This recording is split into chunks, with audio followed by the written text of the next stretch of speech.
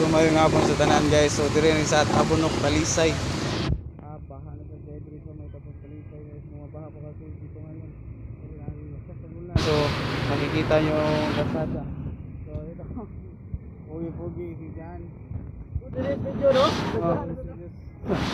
Bahagi ang mga motor gisaka na mo. Tapos tara motor ni Mehal.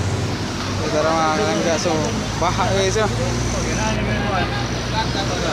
Ito po yung sitwasyon namin dito sa Tabunok Talisay ngayon mga kalangga. So grabe mo baha talaga dito. Sobra. Ito yung kalsada to ngayon. Kailangan natin ng jet ski. So ito yung grabing baha ko ito sa Tabunok Talisay. Bakit ang ano yan? Daming tubig.